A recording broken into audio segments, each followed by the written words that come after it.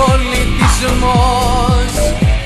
Δεν είσαι πλέον πρόσωπο, μονάχα αριθμός.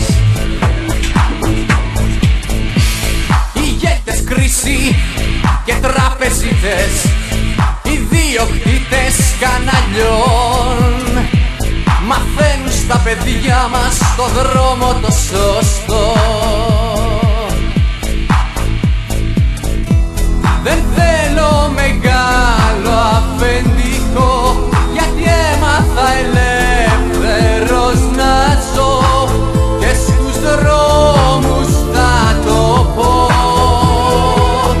Κράτησε την πίστη σφιχτά στα μεγάλα ιδανικά.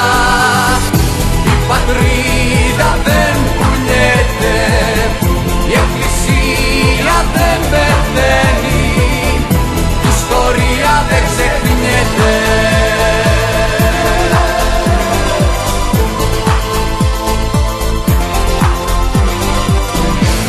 Μιλούν για ειρήνη και βομβαρδίζουν, μας ασφαλίζουν μ' απειλές.